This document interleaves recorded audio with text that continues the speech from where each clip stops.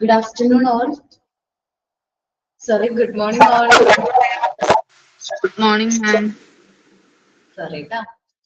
Last ക്ലാസ്സിൽ നമ്മൾ selection ടെസ്റ്റുകളെ കുറിച്ചിട്ടായിരുന്നു discuss ചെയ്തത്. ഓർമ്മയുണ്ടോ?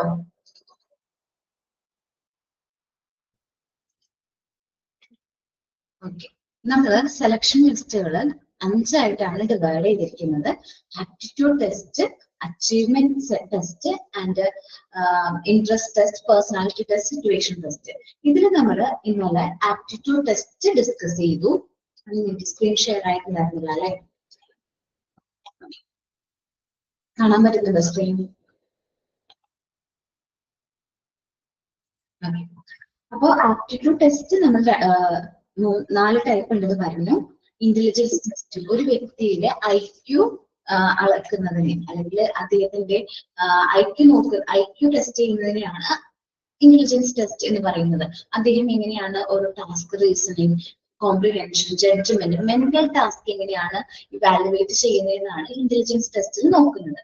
ദെൻ മെക്കാനിക്കൽ ആപ്റ്റിറ്റ്യൂഡ് ടെസ്റ്റ് ആണ്.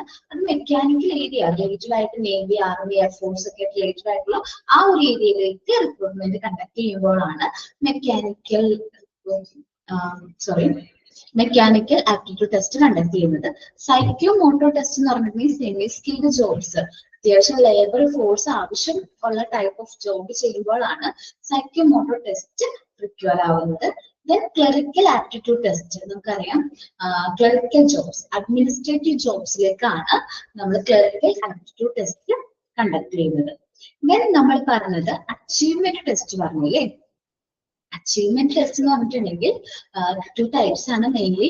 ആ ഒരു വ്യക്തിയുടെ നോളജ് ലെവല് ഇവാലുവേറ്റ് ചെയ്യാൻ വേണ്ടിയിട്ടാണ് അച്ചീവ്മെന്റ് ടെസ്റ്റ് കണ്ടക്ട് ചെയ്യുന്നത്. അതിൽ ജോബ് നോളജ് ടെസ്റ്റും വർക്ക് സാമ്പിൾ ടെസ്റ്റ് ആണ്. ആ ജോബിൽ എത്ര നോളജ് ഉണ്ട് അദ്ദേഹത്തിന് ജോബ് പെർഫോം ചെയ്യാൻ എത്ര നോളജ് ഉണ്ട് എന്നാണ് ജോബ് നോളജ് ടെസ്റ്റിൽ നോക്കുന്നതെങ്കിൽ, വർക്ക് സാമ്പിൾ ടെസ്റ്റ് എന്ന് പറയുമ്പോൾ എന്താ പറയാ, ആക്ച്വൽ വർക്ക് തന്നെ കൊടുത്തിട്ട് അതൊരു സാമ്പിൾ ടെസ്റ്റ് ആയിട്ട് തന്നെ കണ്ടക്ട് ചെയ്യും. അതാണ് വർക്ക് സാമ്പിൾ. ആക്ച്വൽ സിറ്റുവേഷനിൽ അദ്ദേഹം എങ്ങനെയാണ് പെർഫോം ചെയ്യുന്നത് എന്ന് ഒബ്സർവ് ചെയ്തിട്ടാണ് വർക്ക് സാമ്പിൾ ടെസ്റ്റ് കണ്ടക്ട് ചെയ്യുന്നത്. ദെൻ നമ്മൾ നോക്കിയ നെക്സ്റ്റ് ടെസ്റ്റ് ആണ്, ലാസ്റ്റ് ക്ലാസ്സിൽ നമ്മൾ ഡിസ്കസ് ചെയ്ത ടെസ്റ്റ് ആണ് സിറ്റുവേഷണൽ ടെസ്റ്റ് അല്ലെ? Situational test. സിറ്റുവേഷണൽ ടെസ്റ്റ് എന്ന് പറയുന്നത് ഒരു വ്യക്തിയുടെ frustration, excitement, stress, monotony, other situation, അദ്ദേഹത്തിന്റെ പേഴ്സണാലിറ്റി ത്രെഡ്സുകൾ, സ്വഭാവം അല്ലെങ്കിൽ ക്യാരക്ടർ മനസ്സിലാക്കാൻ വേണ്ടിയിട്ടാണ് ഈ സിറ്റുവേഷൻ ടെസ്റ്റ് കണ്ടക്ട് ചെയ്യുന്നത്. 2 ടൈപ്സ് ഓഫ് സിറ്റുവേഷൻ ടെസ്റ്റ് ആണ് നമ്മൾ കോമൺലി യൂസ് ചെയ്യുന്നത്. ഗ്രൂപ്പ് ഡിസ്കഷൻ, നമ്മൾ ഗ്രൂപ്പായിട്ട് ഫോം ചെയ്തിട്ട് ഒരു ടോപ്പിക് അതിനെ കുറിച്ച് നമ്മൾ ഡിസ്കസ് ചെയ്യും. That's group discussion.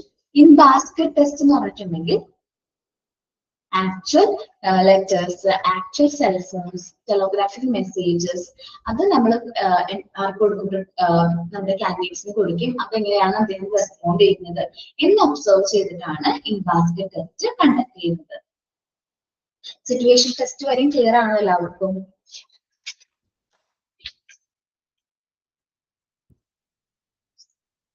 എന്തെങ്കിലും ഡൗട്ട് ഉണ്ടോ?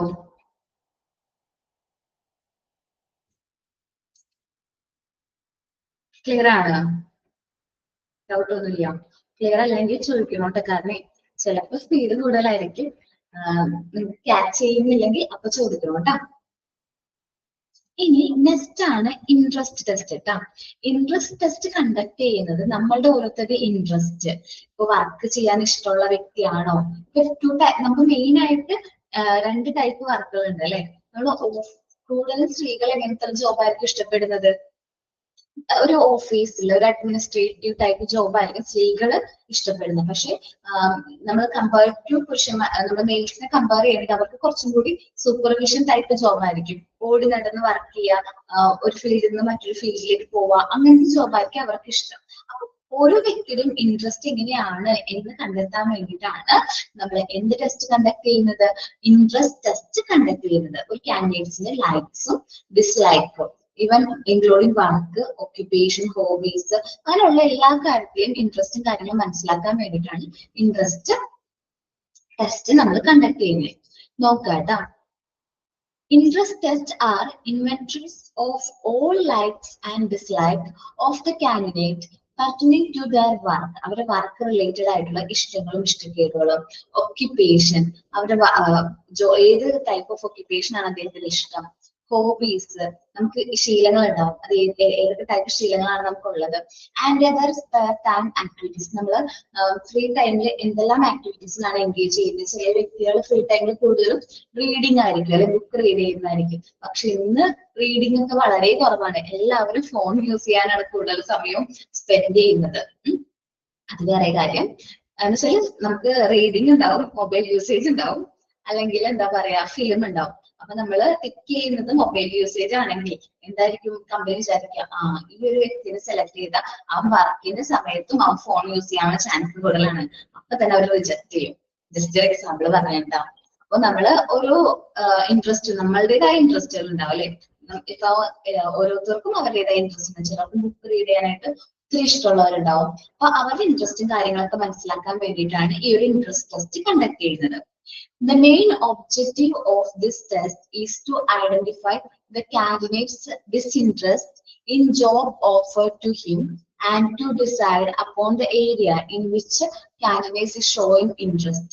അപ്പോ ഈ ഇൻട്രസ്റ്റ് ടെസ്റ്റ് മെയിൻ ആയിട്ട് കണ്ടക്ട് ചെയ്യുന്ന കാൻഡിഡേറ്റ്സിന്റെ ഡിസ്ഇൻട്രസ്റ്റ് മനസ്സിലാക്കാൻ വേണ്ടിയിട്ടാണ്. അദ്ദേഹത്തിന് ഓഫർ ചെയ്ത ജോബിൽ അദ്ദേഹത്തിന്റെ ഡിസ്ഇൻട്രസ്റ്റ് എന്താണ് എന്ന് മനസ്സിലാക്കാൻ വേണ്ടിയിട്ടാണ് നമ്മൾ ഇൻട്രസ്റ്റ് ടെസ്റ്റ് കണ്ടക്ട് ചെയ്യുന്നത്.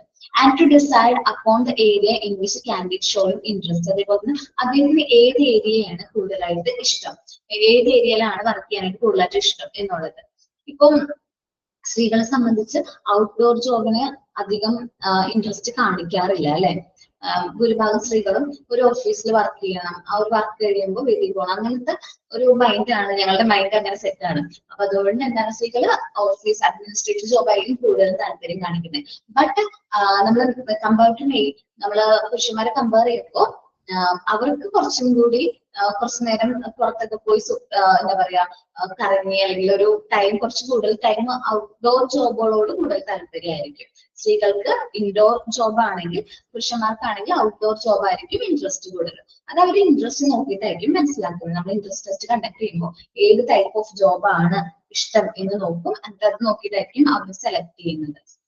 This test has an assumption that interest of the candidates in a job highly correlated with the success of the job. ഒരു കാൻഡിഡേറ്റ്സ് ഇൻട്രസ്റ്റ്, നമ്മൾ ഒരു ജോബ് ഇഷ്ടപ്പെട്ട് ചെയ്യുന്നതും കഷ്ടപ്പെട്ട് ചെയ്യുന്നതും രണ്ടും രണ്ടാണ്. ഓക്കെ, ഒരു ജോബ് ഇഷ്ടപ്പെട്ട് ചെയ്യുന്നത് കഷ്ടപ്പെട്ട് ചെയ്യുന്നത് എങ്ങനെ രണ്ടും രണ്ടാണ്. ഞാൻ അക്കൗണ്ട്സിലായിരുന്നു ആദ്യം വർക്ക് ചെയ്തിരുന്നത്, പിന്നീടാണ് ടീച്ചിങ് ഫീൽഡിലേക്ക് വരുന്നത്. അപ്പം എം.കോം കഴിഞ്ഞ സമയത്ത് അക്കൗണ്ട്സിൽ കയറിയ സമയത്ത് വെച്ചാല് അക്കൗണ്ട്സ് റിലേറ്റഡ് ജോബുകൾ ചെയ്തവർക്ക് അറിയാൻ പറ്റും, നല്ല സ്ട്രെസ് ആണ്. എന്ന് വെച്ചാൽ ഭയങ്കരമായിട്ട് പ്രഷറും കാര്യങ്ങളും നമ്മൾ എന്ത് ചെയ്യുന്ന ഫേസ് ചെയ്യുന്ന ഒരു ടൈപ്പ് ഓഫ് ജോബാണ് അത്. ചെറിയൊരു മിസ്റ്റേക്ക് ഒക്കെ ആണെങ്കിൽ പോലും നമ്മൾ ഓവറായിട്ട് ടെൻഷൻ കാര്യങ്ങളൊക്കെ ഉണ്ട്. പക്ഷെ ടീച്ചിങ്ങിലേക്ക് വന്നതിന് ശേഷം ഞാൻ ഇഷ്ടപ്പെട്ട് ചെയ്യുന്ന ഒരു ജോബാണ് ഇന്ന് ടീച്ചിങ് എന്ന് പറയുന്നത്. അത് ഹാപ്പി ആയിട്ട് തന്നെ ചെയ്യുന്നത്, ഭയങ്കര സന്തോഷം. കാരണം ഓരോ ക്ലാസ് എടുക്കുന്നതും അത് ഹാപ്പിയാണ്. കാരണം നമുക്ക് ടെൻഷനും കാര്യങ്ങളൊക്കെ ഉണ്ട്. ഇപ്പൊ ഞാൻ പറഞ്ഞു കൊടുക്കുന്ന ടോപ്പിക്ക് നിങ്ങൾക്ക് മനസ്സിലാകുമോ എന്നുള്ള ടെൻഷനും കാര്യങ്ങളും ഉണ്ടെങ്കിലും, പക്ഷെ ഞാനത് ആസ്വദിച്ചാ ചെയ്യുന്നത്, എൻജോയ് ചെയ്ത് ചെയ്യുക. അപ്പൊ ഞാൻ ഇഷ്ടപ്പെട്ട് ചെയ്യുന്ന ജോബ് ആയതുകൊണ്ട് എനിക്ക് ഈ ഒരു ജോബിനോട് വളരെ ഇഷ്ടമാണ്. ഞാൻ മുമ്പ് ചെയ്തിരുന്ന ജോബ് എന്ന് പറയുന്നത് അക്കൗണ്ട്സിലായിരുന്നു. സോ ആ ഒരു ജോബിനേക്കാൾ കൂടുതൽ ഇഷ്ടമാണ്. അതിനെ കഷ്ടപ്പെട്ടാ ചെയ്യുന്നത്, നമ്മളത്ര വ്യത്യാസമുണ്ട്. അപ്പൊ ഒരു വ്യക്തി ഒരു ജോബ് ചെയ്യുന്നത് അനുസരിച്ചായിരിക്കും അദ്ദേഹത്തിന്റെ ജോബിന്റെ സക്സസ് എന്ന് പറയുന്നത്. അപ്പൊ ഇഷ്ടപ്പെട്ട് ചെയ്യുന്ന ജോബും കഷ്ടപ്പെട്ട് ചെയ്യുന്ന ജോബിന്റെയും രണ്ടും രണ്ട് റിസൾട്ട് ആണ് കാണിക്കുന്നത്. Interest in countries are more accurate and generally do not vary after the age of 30s. 30s ഒക്കെ കഴിഞ്ഞു കഴിഞ്ഞാൽ ഇൻട്രസ്റ്റുകൾക്ക് മാറ്റം വരാനുള്ള ചാൻസ് വളരെ കുറവാണ്. നമ്മൾ ചെയ്യുന്ന വർക്കുകൾ അത് തന്നെയായിരിക്കും അല്ലെ ഫോളോ ചെയ്യുന്നത്. ഒരു 30 വയസ്സൊക്കെ കഴിഞ്ഞു കഴിഞ്ഞാൽ നമ്മുടെ ഇൻട്രസ്റ്റുകൾ മാറില്ല. പക്ഷെ നമ്മൾ അഡോളസെന്റ് ഏജ് അല്ലെങ്കിൽ ടീനേജിലൊക്കെ ആണെങ്കിൽ നമ്മുടെ ഇൻട്രസ്റ്റുകൾ മാറും. മേ ബി ഒന്നിൽ കൂടുതൽ ജോബ് പെട്ടെന്ന് നമ്മൾ വർക്ക് ചെയ്തിട്ടുണ്ടാകും. പിന്നീട് നമുക്ക് ഇഷ്ടമുള്ള ഒരു ജോബ് കിട്ടിക്കഴിഞ്ഞാൽ നമ്മൾ അതിൽ തന്നെ ആയിരിക്കും സ്റ്റേ ചെയ്യുന്നത്. ഇപ്പൊ ടീച്ചിങ് എന്ന് പറയുന്ന ഫീൽഡിലേക്ക് വന്നതിന് ശേഷം എനിക്ക് ടീച്ചിങ് തന്നെ ഇഷ്ടം. അക്കൗണ്ട്സിന്റെ ജോബ് ആലോചിക്കുമ്പോൾ അതിന് താല്പര്യം കുറവാണ്. ഓക്കെ, എന്താണ് ഇൻട്രസ്റ്റ് ടെസ്റ്റ് എന്ന് മനസ്സിലായോ? ഒരു വ്യക്തിയുടെ പേഴ്സണൽ ഇൻട്രസ്റ്റ് കാര്യങ്ങൾ, ഡിസ്ലൈക്കും ലൈറ്റ്സും മനസ്സിലാക്കാൻ വേണ്ടിയിട്ട് നമ്മൾ കണ്ടക്ട് ചെയ്യുന്ന ടെസ്റ്റിനെയാണ് ഇൻട്രസ്റ്റ് ടെസ്റ്റ് എന്ന് പറയുന്നത്. അദ്ദേഹത്തിന് വർക്കിനോടുള്ള ആറ്റിറ്റ്യൂഡ്, ഏത് ടൈപ്പ് ഓഫ് ഓക്യുപ്പേഷൻ ആണ് അദ്ദേഹത്തിന് ഇഷ്ടം, അദ്ദേഹത്തിന്റെ ഹോബീസ് എങ്ങനെയാണ്, ഫ്രീ ടൈംസ് എങ്ങനെയാണ് സ്പെൻഡ് ചെയ്യുന്നത്, ഏത് ടൈപ്പ് കാറ്റഗറി ഓഫ് ജോബാണ് അദ്ദേഹത്തിന് ഇഷ്ടമുള്ളത്, ഇഷ്ടമില്ലാത്തത്, ഇത് മനസ്സിലാക്കാൻ വേണ്ടിയിട്ടാണ് ഇൻട്രസ്റ്റ് ടെസ്റ്റ് കണ്ടക്ട് ചെയ്യുന്നത്. അതേപോലെ തന്നെ ഇൻട്രസ്റ്റ് എന്ന് പറയുന്ന കാര്യം കുറച്ചുകൂടി ആക്യുറേറ്റ് ആവുന്ന ഒരു 30 വയസ്സൊക്കെ കഴിയുമ്പോഴാണ് അല്ലെ. നമുക്ക് ഏത് ജോബാണോ ഇഷ്ടം അതിൽ തന്നെ ആയിരിക്കും നമ്മൾ പിന്നീട് സ്റ്റേ ചെയ്യുന്നത്. 30s വരെ നമ്മളുടെ ജോബിന്റെ കാര്യങ്ങളും അല്ലെങ്കിൽ ജോബുകളൊക്കെ മാറിക്കൊണ്ടിരിക്കും. നമ്മൾ ഒന്നിൽ കൂടുതൽ ജോബിലൊക്കെ വർക്ക് ചെയ്യുകയൊക്കെ ചെയ്യും. ചിലപ്പോൾ ജോബ് വർക്ക് ചെയ്ത് അത് ഇൻട്രസ്റ്റ് ഇല്ലാന്ന് കാണുമ്പോൾ നമ്മൾ മറ്റൊരു ജോബിലേക്ക് പോകും, അങ്ങനെ. പക്ഷെ 30s എത്തിക്കഴിയുമ്പോൾ നമുക്ക് കുറച്ച് ആക്യുറേറ്റ് ആയിരിക്കും. നമ്മൾ എന്ത് ജോബാണ് ചെയ്യുന്നത് അതിൽ കുറച്ചും കൂടി ആക്യുറേറ്റ് ആയിട്ട് കറക്റ്റ് ആയിട്ട് നമ്മൾ സെലക്ട് ചെയ്ത് ആ ഒരു ജോബിൽ തന്നെ ആയിരിക്കും പിന്നീട് നമ്മൾ വർക്ക് ചെയ്യുന്നത്. ഇൻട്രസ്റ്റ് ടെസ്റ്റ് മനസ്സിലായോ?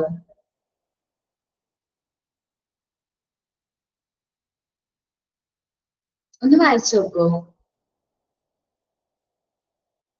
ഒന്ന് വായിച്ചു നോക്കി എല്ലാവരും.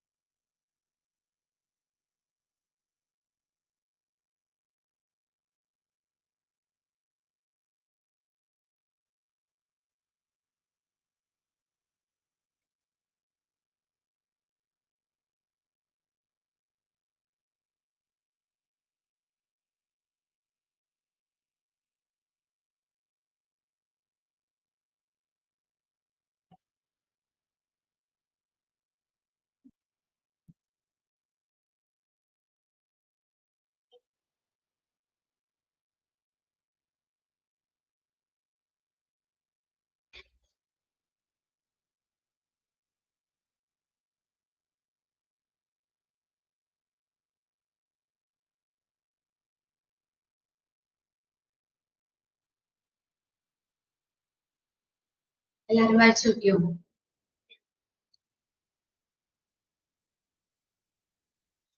ക്ലിയർ ആണോ ഇൻട്രസ്റ്റ് ടെസ്റ്റ്? ഇനി നമ്മൾ നോക്കാൻ പോകുന്ന ടെസ്റ്റ് ആണ് പേഴ്സണാലിറ്റി ടെസ്റ്റ്. ഒരു വ്യക്തിയുടെ പേഴ്സണാലിറ്റി മനസ്സിലാക്കാൻ വേണ്ടിയിട്ട് നമ്മൾ കണ്ടക്ട് ചെയ്യുന്ന ടെസ്റ്റിനെയാണ് നമ്മൾ പേഴ്സണാലിറ്റി ടെസ്റ്റ്. അദ്ദേഹം എന്താണ് വാല്യൂ, അവരുടെ ലൈഫിൽ കൊടുക്കുന്ന വാല്യൂ എന്താണ്, അദ്ദേഹത്തിന്റെ ഇമോഷണൽ സ്റ്റെബിലിറ്റി എങ്ങനെയാണ്, മറ്റുള്ളവരോടുള്ള പെരുമാറ്റം എങ്ങനെയാണ്, അതേപോലെ മൂഡ്, ആളെ എക്സ്ട്രോവേർട്ട് ആണോ ഇൻട്രോവേർട്ട് ആണോ, അങ്ങനെയൊക്കെ മനസ്സിലാക്കാൻ വേണ്ടിയിട്ടാണ് നമ്മൾ ഏത് ടെസ്റ്റ് കണ്ടക്ട് ചെയ്യുന്നത്, പേഴ്സണാലിറ്റി ടെസ്റ്റ് കണ്ടക്ട് ചെയ്യുന്നത്. നോക്കാട്ടോ.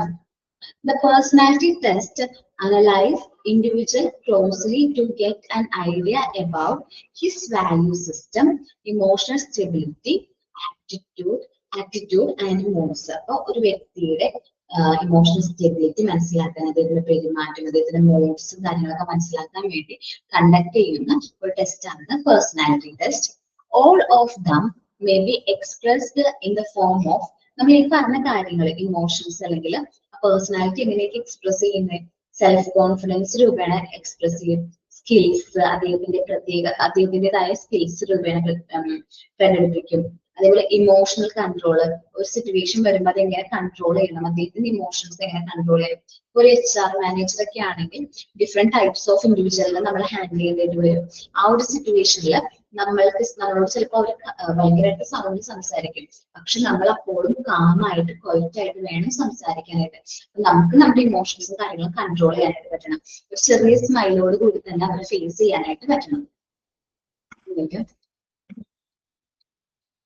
നെക്സ്റ്റ് ആണ് ഹോപ്പ്ഫുൾനെസ് എന്ന് വെച്ചിട്ടുണ്ടെങ്കിൽ പ്രതീക്ഷ അല്ലെ. നമ്മളുടെ ലൈഫിനോടുള്ള നമ്മളുടെ പ്രതീക്ഷ അത് വളരെ ഇമ്പോർട്ടന്റ് ആണ്. സെർട്ടനിറ്റി, കറക്റ്റ്നെസ്, പിന്നെ ഫ്രണ്ട്ലിനെസ്, എങ്ങനെയാണ് ഫ്രണ്ട് ആയിട്ടാണ് സംസാരിക്കുന്നത്, അതേപോലെ തന്നെ കൺസിസ്റ്റൻസി, നമ്മൾ പറയുന്ന പോയിന്റിൽ നമ്മൾ സ്ഥിരത കൈവരിക്കുന്നുണ്ടോ, നമ്മൾ ആ ഒരു കാര്യത്തിൽ ഉറച്ചു നിൽക്കുന്നുണ്ടോ, ഒബ്ജക്ടിവിറ്റി, പിന്നെ ടോളറൻസ്, പിന്നെ സഹിഷ്ണുത, ഫിയർ എങ്ങനെയാണ്, ഒരു പുതിയൊരു കാര്യം ചെയ്യാനായിട്ട് ഫിയർ ഉള്ള ഒരു വ്യക്തിയാണോ, ഭയമുണ്ടോ എന്നുള്ളത്. ഡൗട്ട്സ്, നമുക്കൊരു കാര്യം സ്റ്റാർട്ട് ചെയ്യുന്നതിനേക്കാളും ഒരുപാട് ഡൗട്ട്സ് ഉള്ള ആളാണെങ്കിൽ അദ്ദേഹത്തിന്റെ ക്യാരക്ടർ നമുക്ക് മനസ്സിലാക്കാനായിട്ട് പറ്റും. പിന്നെ ഇനിഷ്യേറ്റീവ്സ്, നമുക്കൊരു കാര്യം സ്റ്റാർട്ട് ചെയ്യാനായിട്ട് ഇനിഷ്യേറ്റ് ചെയ്യാനായിട്ട് താല്പര്യമുള്ള വ്യക്തിയാണോ.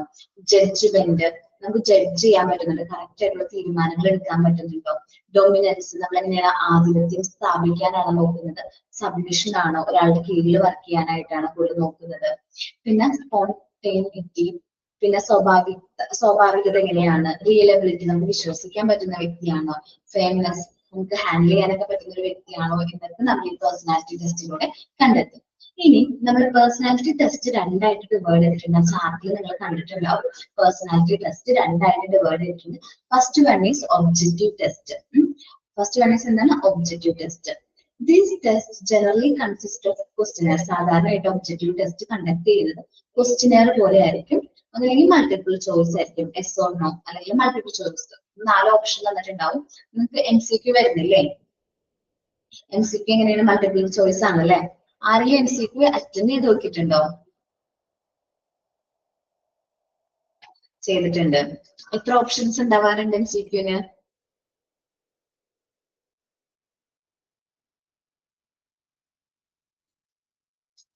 അറിയില്ല. എത്ര ഓപ്ഷൻ ഉണ്ടാവാറുണ്ട് MCQന്, മൾട്ടിപ്പിൾ ചോയ്സ് ക്വസ്റ്റ്യന്? 4. ഒന്ന് ചെയ്ത് നോക്കണോട്ടെ എല്ലാവരും. കാരണം നമ്മള് ഓക്കെ MCQ ക്വസ്റ്റ്യൻസ് ഒക്കെ ഒന്ന് ചെയ്ത് നോക്കുന്നത് നല്ലതായിരിക്കും കേട്ടോ. അപ്പം ഒന്നല്ലെങ്കിൽ മൾട്ടിപ്പിൾ ചോയ്സ് ക്വസ്റ്റ്യൻ ആയിരിക്കും, 4 ഓപ്ഷൻ ഉണ്ടാവും. അതിൽ നമുക്ക് ഫേവറബിൾ ആയിട്ടുള്ള ഓപ്ഷൻ നമ്മൾ സെലക്ട് ചെയ്യും. അല്ലെങ്കിൽ true or false, true or false. അല്ലെങ്കിൽ option 2 answer any question. Different types yes or no questions ഒക്കെയാണ് സാധാരണയായിട്ട് ഈ ഒബ്ജക്റ്റീവ് ടെസ്റ്റിൽ കണ്ടക്ട് ചെയ്യുമ്പോൾ കൊടുക്കാറ്. These tests are prepared in a structural form as the subject is having limited choice available to answer any question. നമ്മൾ ആ question limited choice ഉണ്ടാവുള്ളൂ. കാരണം നമ്മൾ കൊടുത്തിരിക്കുന്ന ചോയ്സ് അവർ സെലക്ട് ചെയ്യുന്നതായിട്ട് വരും. അത് നോക്കിയിട്ടാണ് നമ്മൾ അദ്ദേഹത്തിന്റെ മെന്റൽ എബിലിറ്റി, ഇൻഡിപെൻഡൻസും സബ്മിഷനും കോൺഫിഡൻസും കാര്യങ്ങളൊക്കെ എന്ത് ചെയ്യുന്നത്, ഇവാലുവേറ്റ് ചെയ്യുന്നത്. These tests are focused on evaluating the mental ability, independence, submission and self confidence of the candidates. അപ്പൊ ഇത്രയും കാര്യങ്ങളായിരിക്കും നമ്മൾ എന്ത് ചെയ്യുന്നത്, ഇവാലുവേറ്റ് ചെയ്യുന്നത്. ഒന്ന് വായിച്ചു നോക്കിയേ, പേഴ്സണാലിറ്റി ടെസ്റ്റും ഒബ്ജക്റ്റീവ് ടെസ്റ്റും.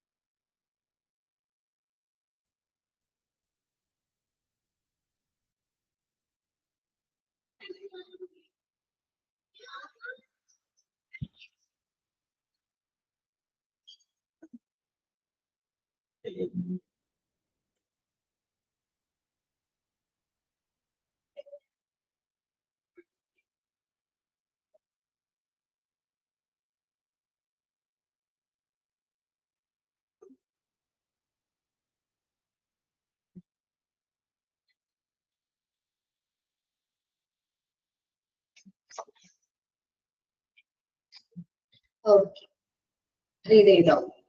ഇനി ഒത്തിരി ഡിഫറെന്റ് ആയിട്ടുള്ള ടൈപ്പ് ഓഫ് ടെസ്റ്റ് ആണ് എന്ത് പറയുന്നത്, പ്രൊജക്റ്റീവ് ടെസ്റ്റ് എന്ന് പറയുന്നത്.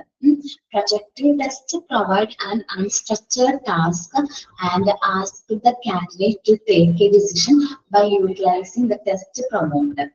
സാധാരണയായിട്ട് പ്രൊജക്റ്റീവ് ടെസ്റ്റുകളിൽ ഒരു ടാസ്ക് കൊടുക്കും, അൺസ്ട്രക്ചേർഡ് ആയിട്ടുള്ള ടാസ്ക് കൊടുക്കും.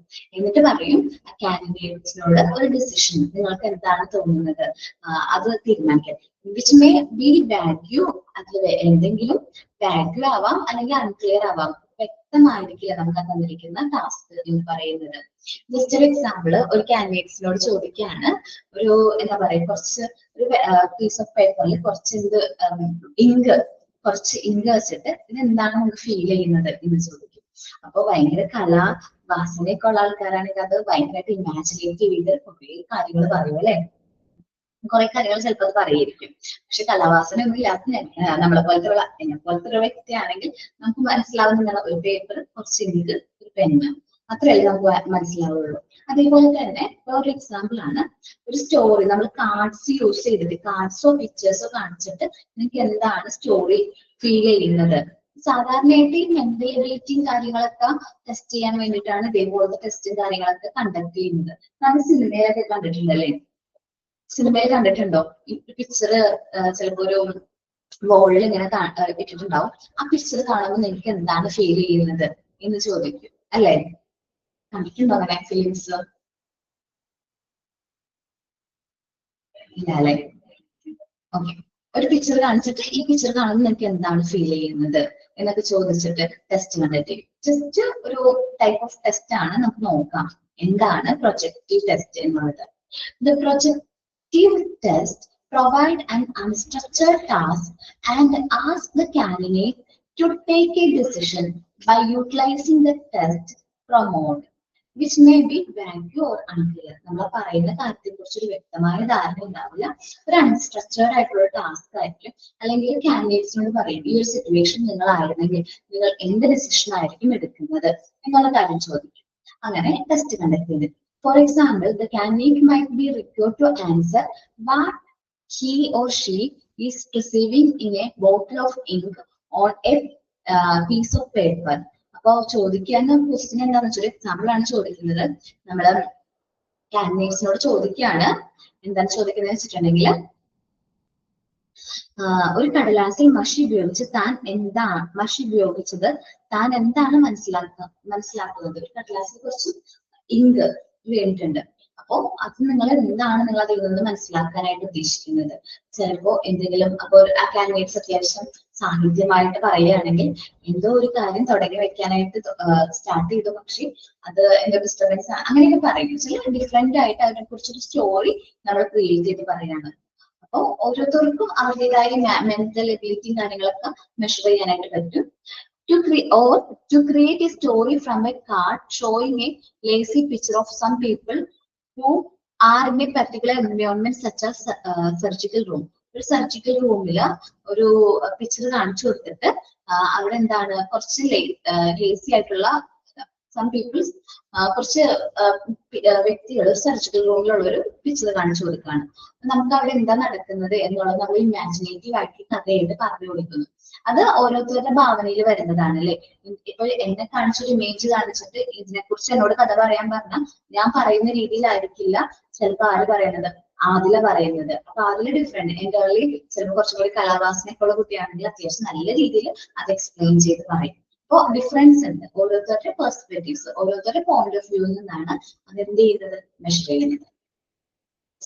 നോക്കാം, this test is based on the assumption that manner of structuring and interpreting the given unclear test stimuli will represent the basic characteristics of individual personality. ഇങ്ങനെ ടെസ്റ്റ് കണ്ടക്ട് ചെയ്യുന്നതെന്ന് വെച്ചിട്ടുണ്ടെങ്കിൽ, ഇങ്ങനെ ഒരു unclear ആയിട്ടുള്ള test conduct ചെയ്യുന്നത് വെച്ചാൽ ആ ഒരു ഇൻഡിവിജ്വൽ പേഴ്സണാലിറ്റിയുടെ എന്താണ് ക്യാരക്ടറിസ്റ്റിക്സ് മനസ്സിലാക്കാനും സൈക്കോളജിക്കൽ ഫങ്ഷൻ, മെന്റൽ എബിലിറ്റി മനസ്സിലാക്കാനും ഒക്കെ ഹെൽപ്ഫുൾ ആണ്.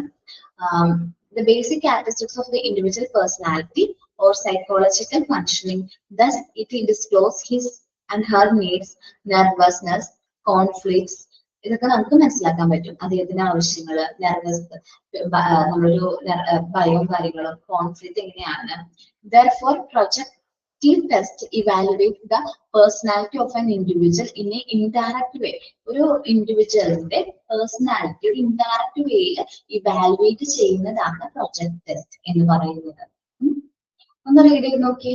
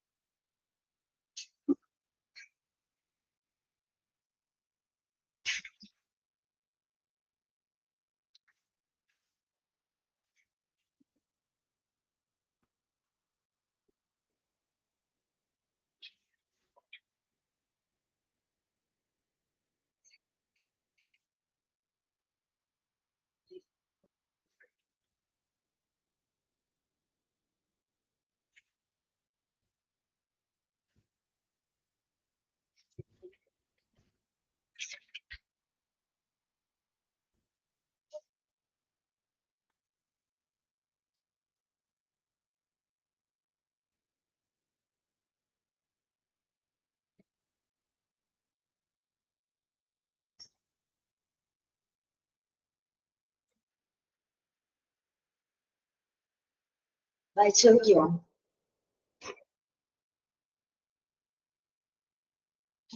ഓക്കെ, ഇനി നമ്മൾ നോക്കുന്നത് ആപ്റ്റിറ്റ്യൂഡ് ടെസ്റ്റും അച്ചീവ്മെന്റ് ടെസ്റ്റും തമ്മിലുള്ള ഡിഫറൻസ് ആണ് നമ്മൾ നോക്കുന്നത് കേട്ടോ. എന്താണ് ആപ്റ്റിറ്റ്യൂഡ് ടെസ്റ്റും എന്താണ് അച്ചീവ്മെന്റ് ടെസ്റ്റും എന്നുള്ള ഡിഫറൻസ് ആണ് നമ്മൾ ഇനി നോക്കുന്നത് കേട്ടോ. പറയുന്ന കാര്യങ്ങൾ ജസ്റ്റ് ഒന്ന് മാർക്ക് ചെയ്ത് പോവാണെങ്കിൽ നല്ലതായിരിക്കും കേട്ടോ. Aptitude as traditionally refers to person's capacity to profit from further training.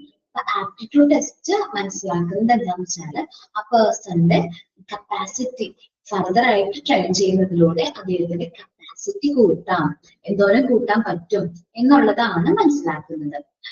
Persons capacity to profit from further training, കൂടുതലായിട്ട് ട്രെയിനിങ്ങും കാര്യങ്ങളും കൊടുക്കുന്നതിലൂടെ നമുക്ക് അദ്ദേഹത്തിന് എങ്ങനെ എഫക്റ്റീവ് ആയിട്ട് യൂട്ടിലൈസ് ചെയ്യാൻ പറ്റും, അതുവഴി നമ്മുടെ കമ്പനിക്ക് എങ്ങനെ പ്രോഫിറ്റ് ഏൺ ചെയ്യാൻ പറ്റും എന്നാണ് ആപ്റ്റിറ്റ്യൂഡ് ടെസ്റ്റ് പറയുന്നത്. അച്ചീവ്മെന്റ് ടെസ്റ്റ് എന്ന് പറഞ്ഞാൽ അദ്ദേഹത്തിന്റെ റിയൽ എബിലിറ്റി, അദ്ദേഹത്തിന്റെ degree of ability already attained, അദ്ദേഹത്തിന്റെ വർക്ക് ചെയ്തതിലൂടെ അല്ലെങ്കിൽ എഡ്യൂക്കേഷനിലൂടെ അദ്ദേഹത്തിന് അക്വയർ ചെയ്തിരിക്കുന്ന എത്രയാണ് എബിലിറ്റി എന്ന് മനസ്സിലാക്കുന്നതാണ് എന്ത് അച്ചീവ്മെന്റ് ടെസ്റ്റ് എന്ന് പറയുന്നത്. ഒന്ന് നോക്കാം. ആപ്റ്റിറ്റ്യൂഡ് ടെസ്റ്റ് എന്ന് പറഞ്ഞാൽ ഒരു വ്യക്തിയുടെ ആപ്റ്റിറ്റ്യൂഡ് മനസ്സിലാക്കുകയാണ്. കാരണം എന്ന് വെച്ചാൽ അഭിരുചിയാണ്, അദ്ദേഹത്തിന് എങ്ങനെ ട്രെയിൻ ചെയ്താൽ നമ്മുടെ കമ്പനിക്ക് പ്രോഫിറ്റബിൾ ആയിട്ടുള്ള രീതിയിൽ യൂട്ടിലൈസ് ചെയ്യാൻ പറ്റും എന്നാണ് ആപ്റ്റിറ്റ്യൂഡ് ടെസ്റ്റ് കണ്ടക്ട് ചെയ്ത് മനസ്സിലാക്കുന്നതെങ്കിൽ, അച്ചീവ്മെന്റ് ടെസ്റ്റിൽ പറയുന്നത് degree of ability already attain, നമ്മുടെ എഡ്യൂക്കേഷനിലൂടെയും അദ്ദേഹം വർക്ക് ചെയ്ത സാഹചര്യത്തിലൂടെയും അദ്ദേഹം അക്വയർ ചെയ്തിട്ടുള്ള എബിലിറ്റി ഉണ്ട്, അതാണ് അച്ചീവ്മെന്റ് ടെസ്റ്റിൽ പറയുന്നത്. Aptitude test focus on competency acquired from general, informal, out of school experience. ഇവിടെ നമ്മൾ ഫോക്കസ് ചെയ്യുന്നത് നമ്മൾ സ്കൂളിൽ നിന്ന് കിട്ടിയിരിക്കുന്ന കോമ്പിറ്റൻസി കാര്യങ്ങളൊക്കെയാണ്. ജനറൽ ആൻഡ് ഇൻഫോർമൽ, നമ്മൾ സ്കൂളിൽ നിന്നൊക്കെ എക്സ്പീരിയൻസിലൂടെ നമുക്ക് കുറെ എന്താണ് കഴിവുകളും കാര്യങ്ങളൊക്കെ വന്നിട്ടുണ്ടാവും. അതാണ് നമ്മൾ ആപ്റ്റിറ്റ്യൂഡ് ടെസ്റ്റിൽ നോക്കുന്നതെങ്കിൽ achievement test focus more on specific information. അദ്ദേഹം എന്താണ് അവിടെ പഠിച്ചപ്പോൾ, ആ പഠിച്ച സബ്ജക്റ്റിനെ കുറിച്ച് അദ്ദേഹത്തിന്റെ നോളജ് എന്താണ് എന്നുള്ളതാണ് അച്ചീവ്മെന്റ് ടെസ്റ്റ് നോക്കുന്നത്. നമ്മൾ പറയുമല്ലേ, ആപ്റ്റിറ്റ്യൂഡ് ടെസ്റ്റ് എന്ന് പറഞ്ഞാൽ നമ്മളൊരു എഡ്യൂക്കേഷൻ ഇൻസ്റ്റിറ്റ്യൂഷനിൽ പോകുമ്പോൾ നമ്മൾ ഒരുപാട് വാല്യൂസും കാര്യങ്ങളും അവിടെ നിന്ന് പഠിക്കുന്നുണ്ട് അല്ലെ, ഒരുപാട് വാല്യൂസ് പഠിക്കുന്നുണ്ട്.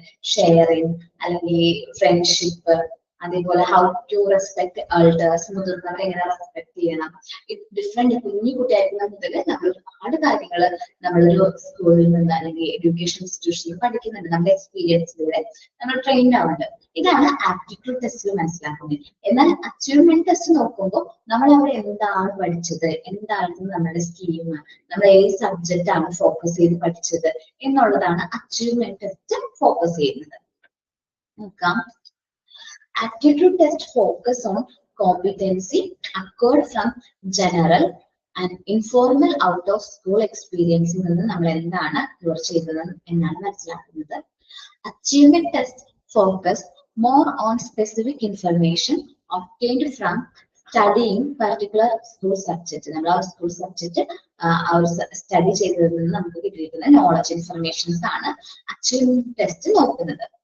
Aptitude test focus on future, ഭാവിയിലേക്ക് അദ്ദേഹത്തിന് എങ്ങനെ നമുക്ക് മാറ്റിയെടുക്കാൻ പറ്റും, കമ്പനിയുടെ ഫ്യൂച്ചറിന് വേണ്ടിയിട്ട് അദ്ദേഹത്തിന് എങ്ങനെ നമുക്ക് ട്രെയിനിങ് കാര്യങ്ങളും കൊടുത്ത് പ്രോഫിറ്റ് ഏൺ ചെയ്യാൻ പറ്റും എന്നാണ് ആപ്റ്റിറ്റ്യൂഡ് ടെസ്റ്റ് മെഷർ ചെയ്യുമെങ്കിൽ, achievement test focus on achievement measurement focus on past, അദ്ദേഹം പാസ്റ്റിൽ എന്താണ് അക്വയർ ചെയ്തത് എന്നാണ് അച്ചീവ്മെന്റ് ടെസ്റ്റ് ഫോക്കസ് ചെയ്യുന്നത്.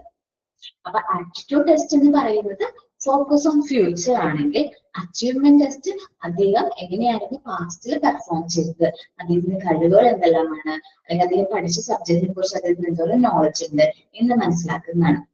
നെക്സ്റ്റ് ആണ് aptitude test have been diversionary to measure potential achievement or to predict the level of future performance.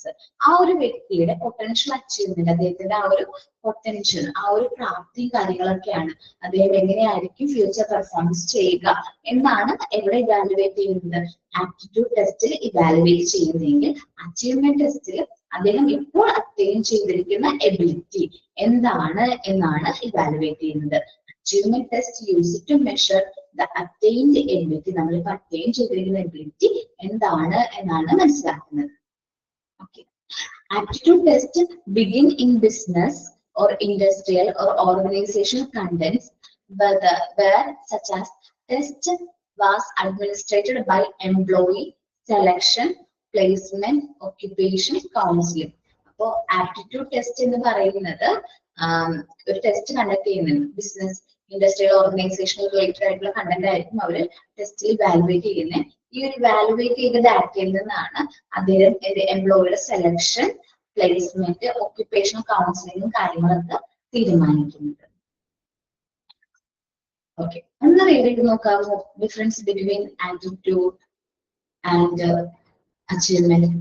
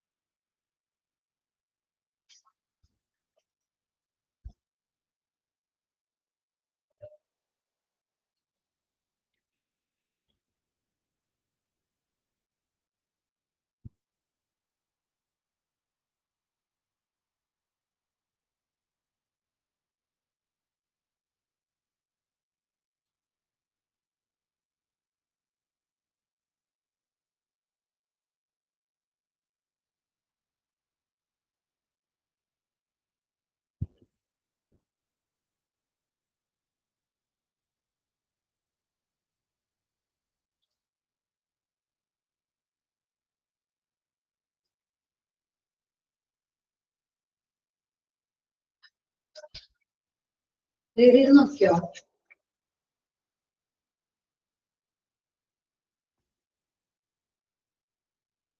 Fifth point മനസ്സിൽ. Okay, അതായത് aptitude test എന്ന് പറഞ്ഞിട്ടുണ്ടെങ്കിൽ നമ്മൾ കണ്ടക്ട് ചെയ്യുന്നത് ആ ബിസിനസ്സിന്റെ അല്ലെങ്കിൽ ഇൻഡസ്ട്രിയൽ ഏരിയ അല്ലെങ്കിൽ ആ ഒരു ഓർഗനൈസേഷന്റെ ഒരു അഡ്മിനിസ്ട്രേഷൻ റിലേറ്റഡ് ആയിട്ടുള്ള കാര്യങ്ങൾക്ക് വേണ്ടിയാണ്. വെച്ചിട്ടുണ്ടെങ്കിൽ ആ ഒരു സ്ഥാപനത്തിലേക്ക് ആ എംപ്ലോയിനെ സെലക്ട് ചെയ്യണോ, പ്ലേസ് ചെയ്യുന്നു, അല്ലെങ്കിൽ റിലേറ്റഡ് ആയിട്ട് ഈ സെലക്ഷൻ കഴിഞ്ഞതിന് ശേഷം ഒക്യുപ്പേഷണൽ കൗൺസിലിംഗ് എന്തോരം കൊടുക്കണം, നമ്മൾ ചെയ്യുന്ന അദ്ദേഹത്തിനെ സെലക്ട് ചെയ്ത പോസ്റ്റിലേക്ക് വേണ്ട ട്രെയിനിങ്ങും കാര്യങ്ങളും എങ്ങനെയാണ് കൊടുക്കേണ്ടത് എന്നത് മനസ്സിലാക്കാൻ വേണ്ടിയിട്ടാണ് ആപ്റ്റിറ്റ്യൂഡ് ടെസ്റ്റ് കണ്ടക്ട് ചെയ്യുന്നത്. അത്രേ ഉള്ളൂ. ഓക്കെ ആണെങ്കിൽ നെക്സ്റ്റ് ടോപ്പിക്കിലേക്ക് പോവാം. Choosing A selector. നമ്മള് ഒരു സെലക്ട് എന്ത് ചെയ്യുമ്പോ, ചൂസ് ചെയ്യുമ്പോ കുറച്ച് കാര്യങ്ങൾ എന്ത് ചെയ്യാനുണ്ട്, നമ്മൾ നോക്കാനുണ്ട്. അപ്പൊ അത് എന്തെല്ലാമാണെന്നാണ് നമ്മൾ നോക്കുന്നത് കേട്ടോ. ഫസ്റ്റ് നമ്മളിപ്പോ ഇത്രയും നേരം പറഞ്ഞില്ലേ, ഒരുപാട് ടൈപ്സ് ഓഫ് ടെസ്റ്റ് അവൈലബിൾ ആണ്. ശരിക്കും പറഞ്ഞാൽ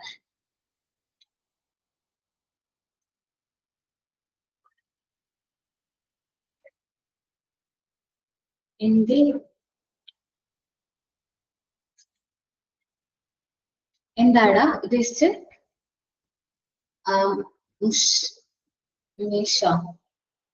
ഒന്ന് പറയാവോ എന്താന്ന്? മനസ്സിലായില്ല.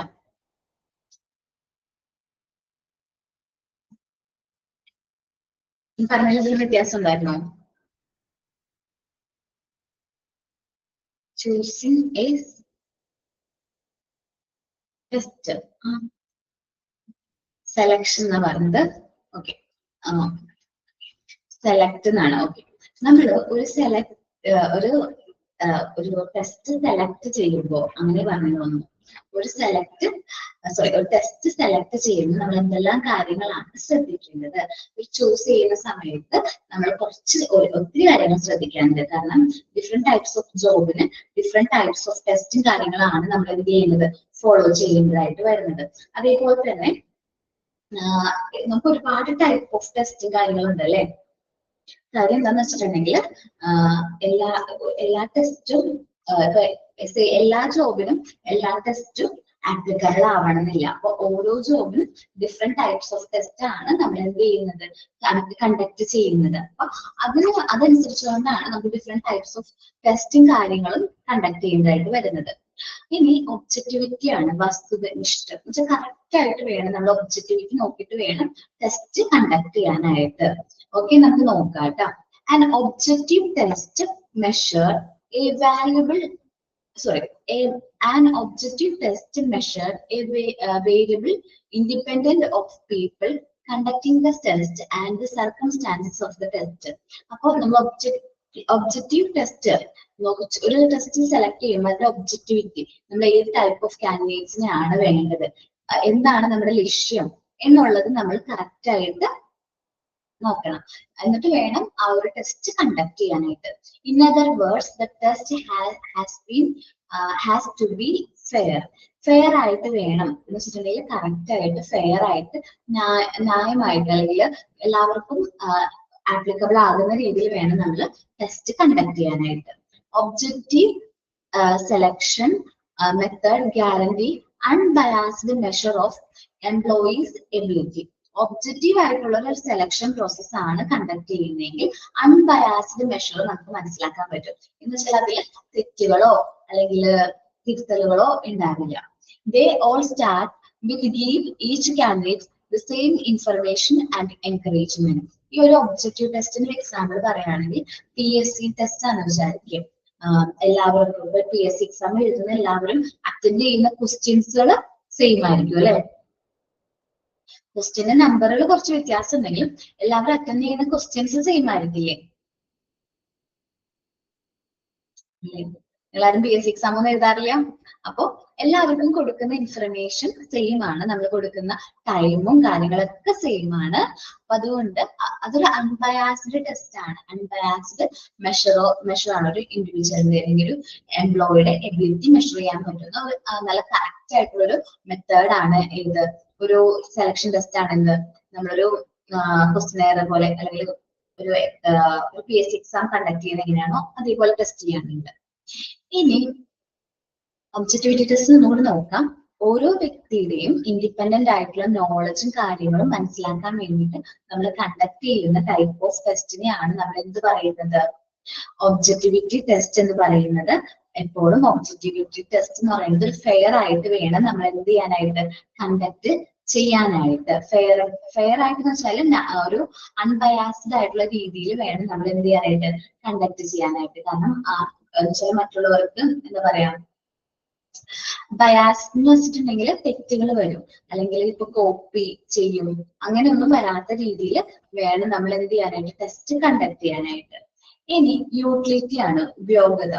നമുക്ക് നോക്കാം. It refers to the financial gain obtained by using specific selection method. അപ്പം ഈ ഒരു സ്പെസിഫിക് സെലക്ഷൻ മെത്തേഡ് യൂസ് ചെയ്യുന്നതിൽ നമുക്ക് എന്താണ് ഫിനാൻഷ്യൽ ഗെയിൻ ഉള്ളത് എന്ന് നമുക്ക് നോക്കാം. നമ്മളൊന്ന് ജസ്റ്റ് PSC എക്സാം തന്നെ എക്സാമ്പിൾ ആയിട്ട് പറയാണ്, എല്ലാവർക്കും കോമൺ ആയിട്ട് അറിയുന്നതായതുകൊണ്ടാണ് PSC എക്സാം പറയുന്നത്.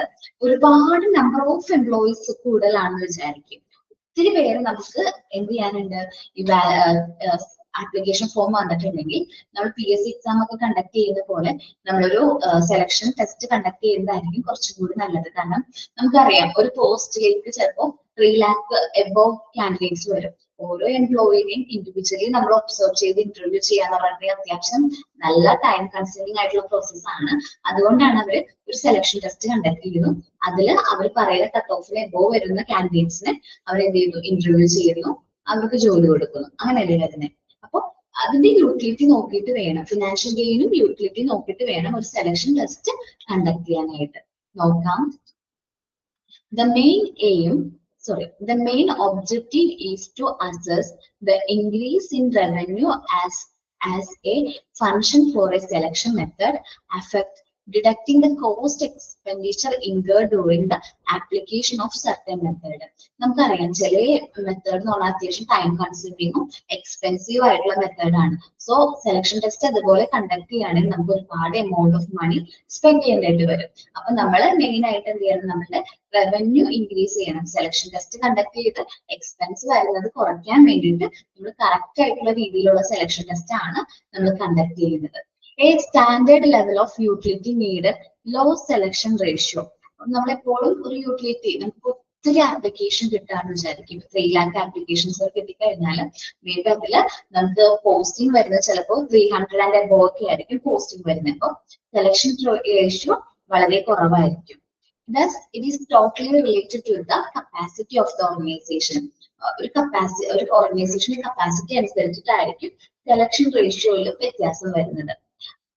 നമ്മളെപ്പോഴും നമ്മൾ പറഞ്ഞില്ലേ സെലക്ഷൻ പ്രോസസ്സിന്റെ മെയിൻ എയിം അല്ലെങ്കിൽ റിക്രൂട്ട്മെന്റിന്റെ മെയിൻ എയിം എന്താണ്, ലാർജ് നമ്പർ ഓഫ് ക്വാളിഫൈഡ് ആപ്ലിക്കൻസിനെ എന്ത് ചെയ്യാ അട്രാക്ട് ചെയ്യുക എന്നതാണ് റിക്രൂട്ട്മെന്റിന്റെ എയിം എങ്കിൽ സെലക്ഷന്റെ എയിം എന്താണ്, നമുക്ക് വേണ്ട കാൻഡിഡേറ്റ്സിനെ മാത്രം സെലക്ട് ചെയ്യുക, ബാക്കി എല്ലാ കാൻഡിഡേറ്റ്സിനും റിജക്ട് ചെയ്യുക എന്നതാണ് സെലക്ഷന്റെ എയിം ആയിട്ട് പറയുന്നത്. Thus, it is totally related to capability of an organization to attract a large number of talented and qualified applicants for every vacant position. നമ്മുടെ ഓർഗനൈസേഷനിലുള്ള വേക്കന്റ് പൊസിഷനിലേക്ക് large number of talented and qualified ആപ്ലിക്കൻസിനെ attract ചെയ്യണം.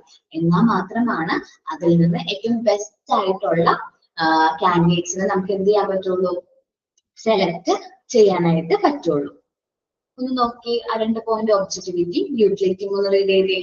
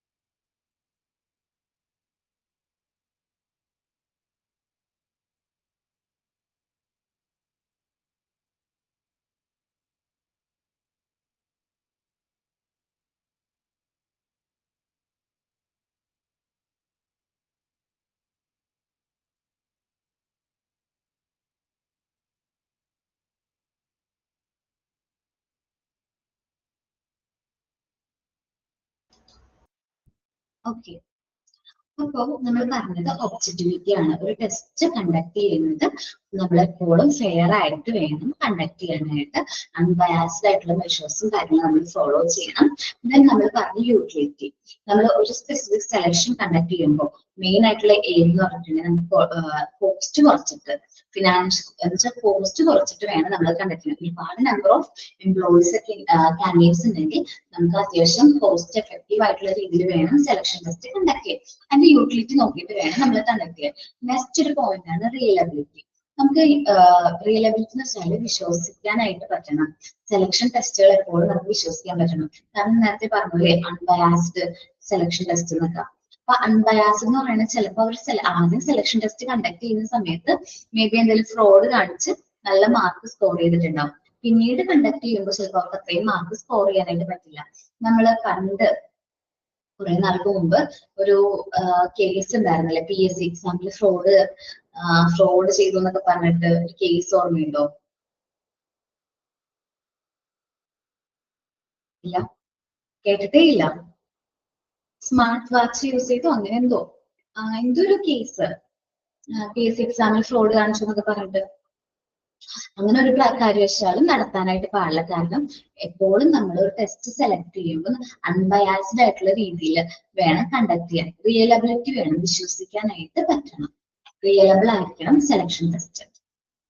It denote the uniformity of selection test. ഇത് എന്തിനെയാണ് denote ചെയ്യുന്നത്? Uniformity. നമ്മൾ selection test conduct ചെയ്യുമ്പോൾ എല്ലാവർക്കും ഒരു യൂണിഫോമിറ്റി വേണം. Any test is said to be reliable only if it is consistently producing the same result.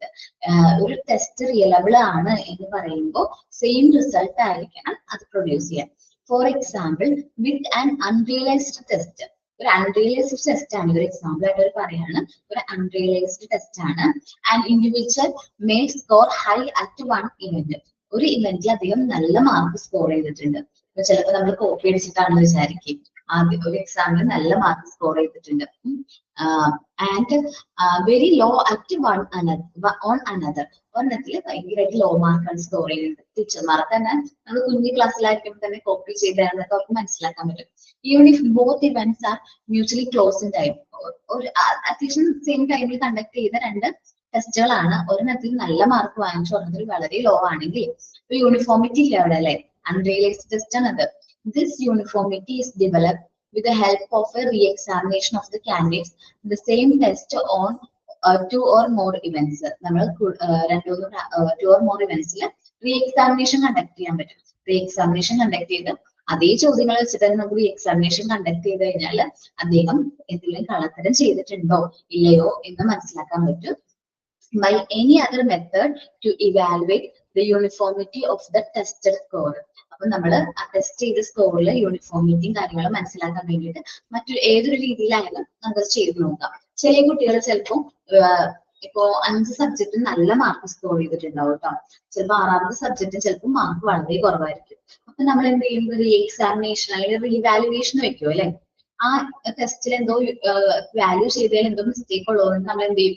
Revaluation വെക്കും. എന്നിട്ട് നമ്മൾ ആ ഒരു മാർക്ക് എത്രയാണെന്ന് നോക്കും. അതേപോലെ തന്നെയാണ് റിയലബിലിറ്റി, വിശ്വസിക്കാൻ പറ്റണം. ഈ സെലക്ഷൻ ടെസ്റ്റ് കണ്ടക്ട് ചെയ്തപ്പോൾ ഒരു സെലക്ഷൻ ടെസ്റ്റിന് നല്ല മാർക്കും മറ്റൊരു സെലക്ഷൻ ടെസ്റ്റിന് വളരെ ലോ ആണെങ്കിൽ നമ്മളും എന്ത് ചെയ്യും? ആ ഒരു കാൻഡിഡേറ്റ്സിനെ കൊണ്ട് വീണ്ടും റീ എക്സാമിനേഷൻ കണ്ടക്ട് ചെയ്യും. എന്നിട്ട് എന്താണ് ആ യൂണിഫോമിറ്റിയുടെ ഡിഫറൻസ് അല്ലെങ്കിൽ ആ ഒരു അൺറിയലബിൾ ആയിട്ട് വന്നത് എന്തുകൊണ്ടാണ് എന്ന് നമ്മൾ ക്രോസ് ചെക്ക് ചെയ്യും. ഒന്ന് റിയലബിലിറ്റി വായിച്ചു നോക്കി. വിശ്വസിക്കാനായിട്ട് പറ്റണം. നമ്മൾ സെലക്ഷൻ ടെസ്റ്റ് കണ്ടക്ട് ചെയ്യുമ്പോൾ ആ ടെസ്റ്റിന്റെ റിസൾട്ടുകൾ നമുക്ക് വിശ്വസിക്കാൻ പറ്റുന്ന രീതിയിലായിരിക്കണം.